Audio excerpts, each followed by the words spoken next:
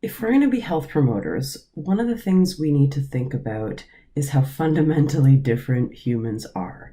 And if we are delivering health promotion initiatives without a consideration of the different circumstances that people have, the different opportunities that people have, the different ways and environments that people were raised in, then we're probably not going to be delivering these health promotion initiatives in a way that benefit all people. They just benefit some people. And this concept really falls under this umbrella of what we call health equity.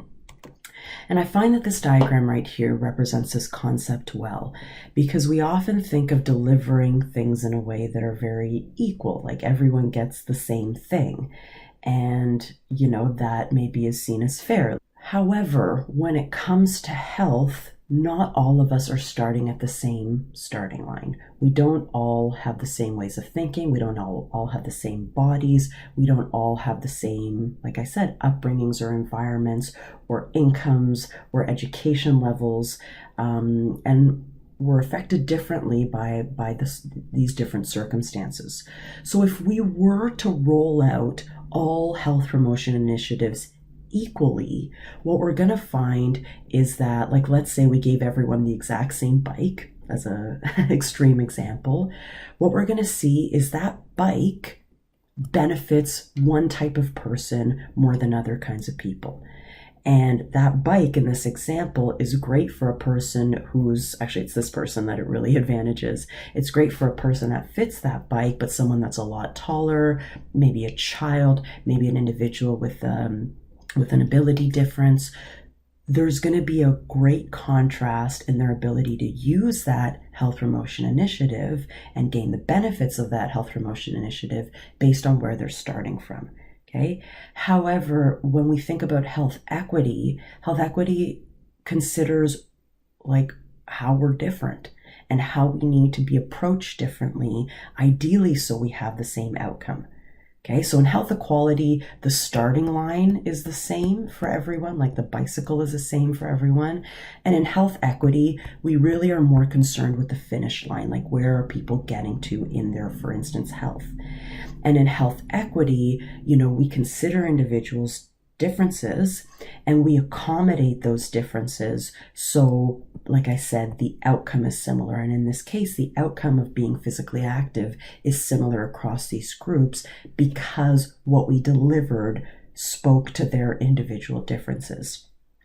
So to get a bit more specific with some definitions of health equity, I have one from the Vermont Department of Health. Health equity exists when all people have a fair and just opportunity to be healthy, especially those who've experienced socioeconomic disadvantage. And I'm going to clarify what I mean by socioeconomic disadvantage on the next slide. But it's like about fairness, not in the sense of we're giving everything equal, but everyone has a fair opportunity to reach those particular health outcomes that maybe are valued, right? And health equity also speaks to the fact that there are these systematic disparities in health, right? We see them. There's just so much research on this, and I'll give you some examples of the research just towards a Canadian population in a moment. But you look across the United States, you look across Canada, and you'll see massive disparities in health outcomes and cardiovascular events, for instance, in life expectancy, for instance, based on what group a person is part of, right? And that group might be an ethnic group, it could be a income group, it could be a geography group, it could be even gender, right? And there's lots more than that. Again, I'll show you that on the next slide. But with health equity, we try to minimize these disparities in health outcomes, right? Especially for people that have maybe had more of a social disadvantage, right? We want to avoid health differences that are avoidable, unjust, or unfair. Okay, so I keep speaking of like these different social groups or socioeconomic groups. This is a concept that's sometimes called the socioeconomic determinants of health or the social determinants of health.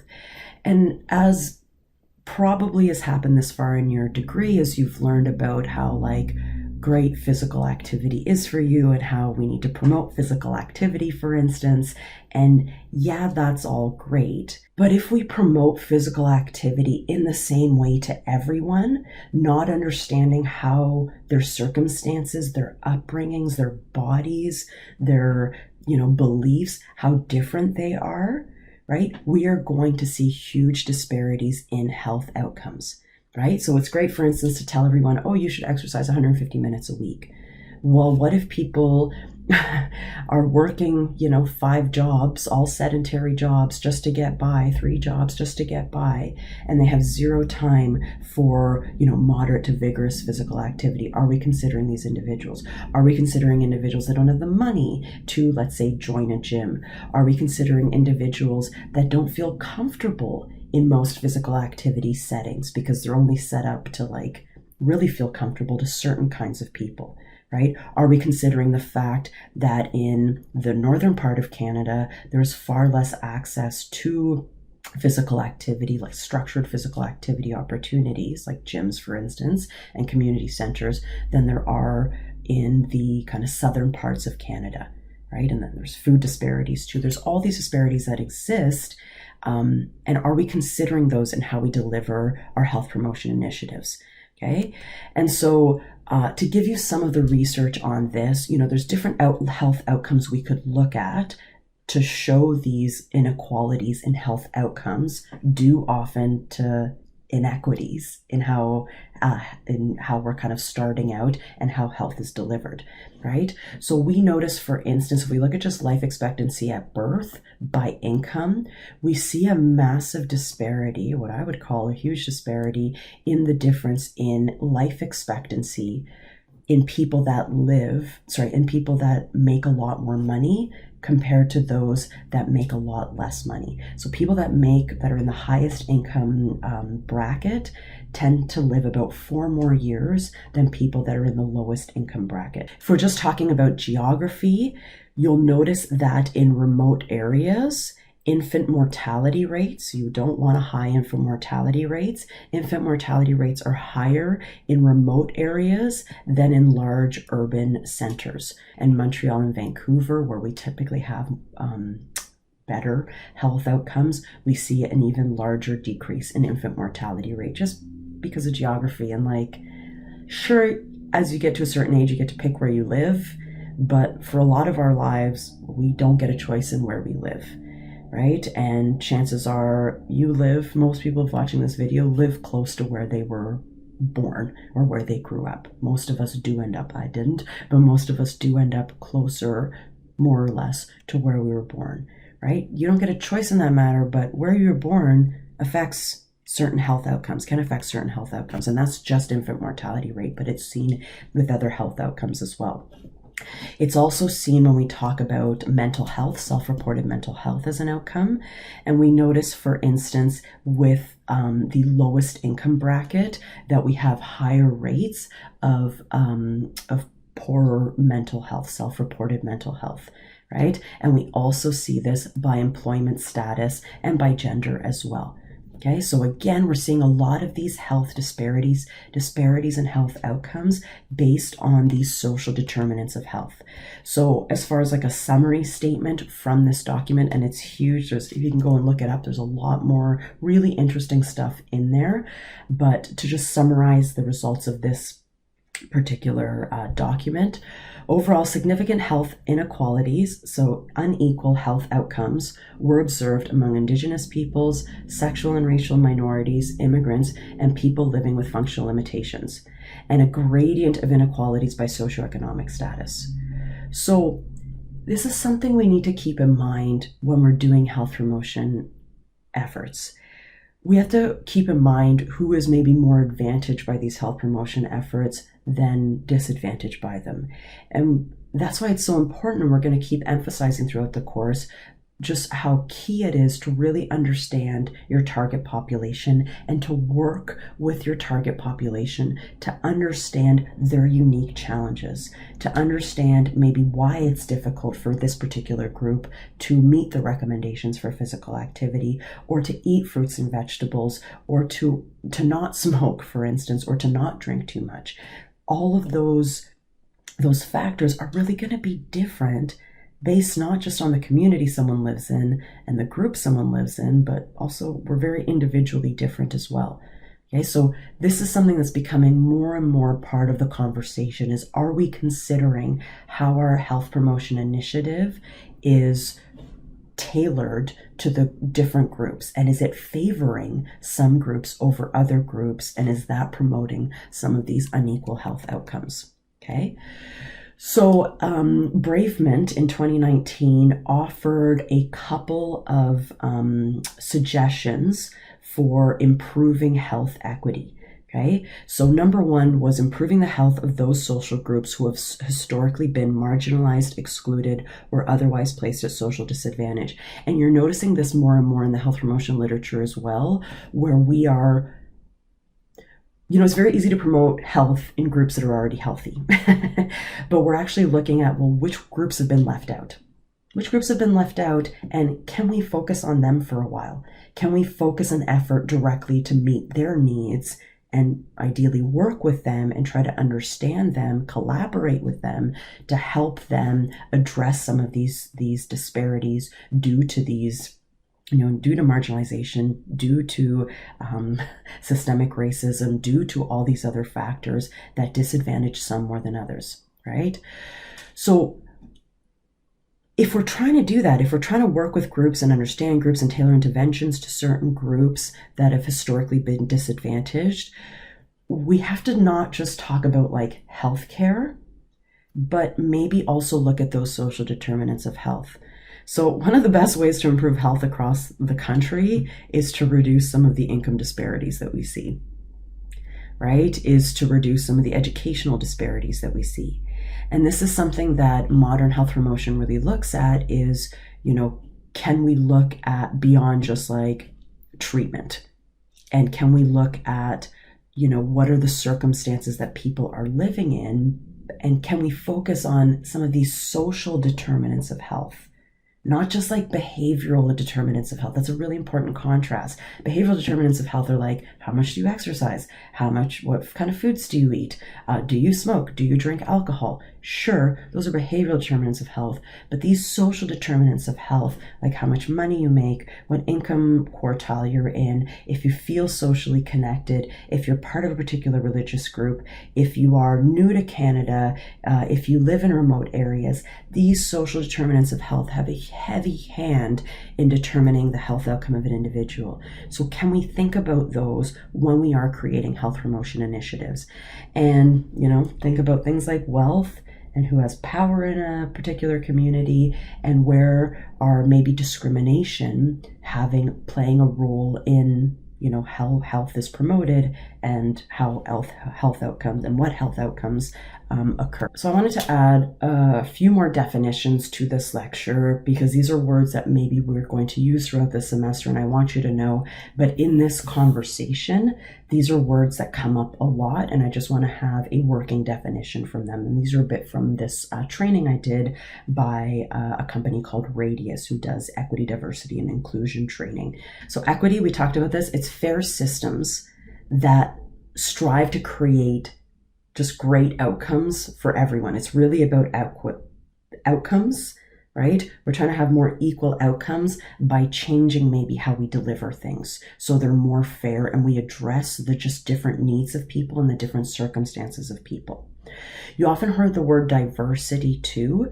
Diversity means including different voices in the conversation. Diversity means not just about, not just like having one Black person on a committee. That's not necessarily diversity, but it's creating structures where individuals from different backgrounds, from different marginalized groups, perhaps from different understandings, can have not just a place at the table, not just a voice at the table, but an influence on the table as well. Right? So diversity is a group of people who together possess a myriad of lived experiences and perspectives, often shaped by things like race and gender, right? And so again, it's like bringing these voices into the conversation. And if we're just listening to the same kind of voices over and over again, well, then we're just going to keep doing the same things over and over again and keep this place where some people are more advantaged than others. One of the other things we try to do with this Jedi lens is promote this concept of inclusion. And inclusion, like, it just means belonging, like feeling like you fit in, feeling like you're part of a group that you want to be part of, right? So inclusion means bringing in traditionally excluded individuals or groups into process, activities, decision, policy making. So it kind of speaks to this concept of diversity too. We're including different people and making sure they feel like they belong there, not just having like a token, let's check a box. Okay, well, we have this many, this type of people, and this many, we've one this type of person and one that type of person. Okay, the box is checked. Now I can like say that I checked that box. That's not inclusion. And that's not true diversity as well. On paper, it might look like it, but as far as making radical change, it's not, right? Inclusion's about bringing these people to the table, bringing different people to the table and making them feel like they belong there, and that's really important. And you might want to think about how included you felt in different groups. And hopefully I make you feel included in this class. If I don't, please let me know. I'm very open to that. It's hard to address every type of person, but I think it's important to always be open to different voices and open to different people, so everyone feels that they belong in a space, so they can like have an influence on that space too, because we all deserve to be here. Okay. And this, again, all of this together speaks to this concept of justice, right? It's about like, justice is about doing, right? Justice is about like shifting things so they're more fair, right? So addressing the harm and restoring dignity and power back to all individuals who experience injustice. So I think this diagram here does a good job of addressing this concept of justice. And to understand it, this is from The Giving Tree, looks like from the book The Giving Tree, but like adapted. To start off, we'll see these two individuals, these two kids, and they're at a tree and they're trying to get some apples. And an unequal situation would be where the tree is tilted to favor, the kids are far away from the tree, but the tree is tilted to favor some kids, one of those kids, more than the other kid, right? Unequal access to opportunities. And some people would argue, well, let's give everyone the same tools then. It's shifted to favor some people, so let's give everyone the same tools. Let's give everyone equal opportunity, right? So let's give everyone the same ladder, for instance, and the same like thing to collect your apples as well. So evenly distributed tools and resources, but remember, things are still tilted to favor one person versus the other. So if we give everyone the same opportunities, the same resources, because the system is tilted to favor one person more than the other, that person has even more advantage now, right? When we distribute things too equally. Whereas the concept of equity would realize that some people are more systemically advantage than others because it's tilted, the society is tilted towards them, right? And in that case, we distribute resources, right? We distribute initiatives, we distribute resources differently, so both of these people have the same opportunity to pick those apples. So giving resources differently so the outcome is more or less the same. And then justice is about the system. Justice is about fixing the system, right? Why was the system tilted to favor some individuals more than others? Can we tilt it back? This is very vague, very conceptually, very, vision-y. But can we shift a system to make sure that it doesn't advantage some than others, right? So why are certain systems set up to advantage settlers versus indigenous people? Why are certain systems set up to advantage rich people as opposed to people that make less money, right? Why are systems set up to advantage individuals that live in certain locations more than other locations? We need to address those systems. Or yeah, we can throw out all the resources we need and like tailor initiatives towards certain groups that are disadvantaged. But if we just fix the system, very hard to do, we'll talk about system science later, then that addresses the problem more foundationally. So one last concept I wanted to throw in here is this concept of inclusion, right? And I love this. I think this kind of doesn't just speak to inclusion, but it also speaks to like our work in this equity, diversity, inclusion, and justice arena. 3 A's of inclusion. Number 1, awareness. Like, just like, this isn't about saying like you suck because you're part of this group. That's not what this is about at all. Or making everyone feel guilty or like any of that. I don't believe in that personally. But it's just like being aware that like, yeah, things are set up to favor some individuals more than others, right? So for instance, there's a big conversation these days about like nepotism babies, and people like, so children of like child stars, right? And how, if your parents were actors or in the film industry, you're more likely to have advantages there. So for instance, like Lily Rose Depp, as a film star of however much talent, she had an easier time than because her dad is Johnny Depp, right? And there's so many different examples of that. Maya Hawke, for instance, there's so many different ones. But you need to be aware when this conversation comes up and we talk to these children of stars and they're like, well, I worked just as hard as everyone. Okay, sure, you worked hard, but it was easier for you because you had some doors opened for you. So this isn't about feeling guilty, but it's about like, can you just accept that it was easier for some people or harder for some people? That doesn't discount the work someone put in. They still put in that work. But if another person had put in the same work, they might not have gotten the same place. And having an awareness of that is very important, right? And just being like real, showing up as yourself, having this authenticity, as far as promoting inclusion, not trying to be someone you're not or, show up as someone else. But like when we allow ourselves to be ourselves, we allow other people to be themselves as well. Right? And we, show up flaws and all, and we allow other people to show up flaws and all as well. And accountability is also part of this, equity, diversity, and inclusion and justice conversation. Like, who are we accountable to? If you're a public health policy setter, who are you accountable to? Are you accountable to only certain Canadians? Or certain people in British Columbia, certain ones that are already advantaged? Or are you accountable to a larger group? Can you hold yourself and others accountable in creating inclusive health promotion efforts and inclusive environments as well? Okay, so all of this is important because this is where the conversation really is right now around health promotion and all sorts of things in this world, right? Are we thinking about how systems are set up to advantage some people more than others? And are we taking that into account in how we roll things out?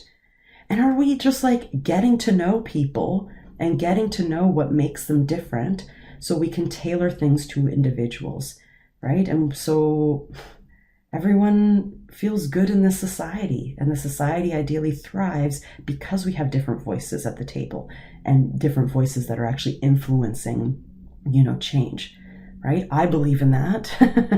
And like I said, this is really where the strong part of the conversation right now in health promotion, and it'll be something we talk about throughout the semester.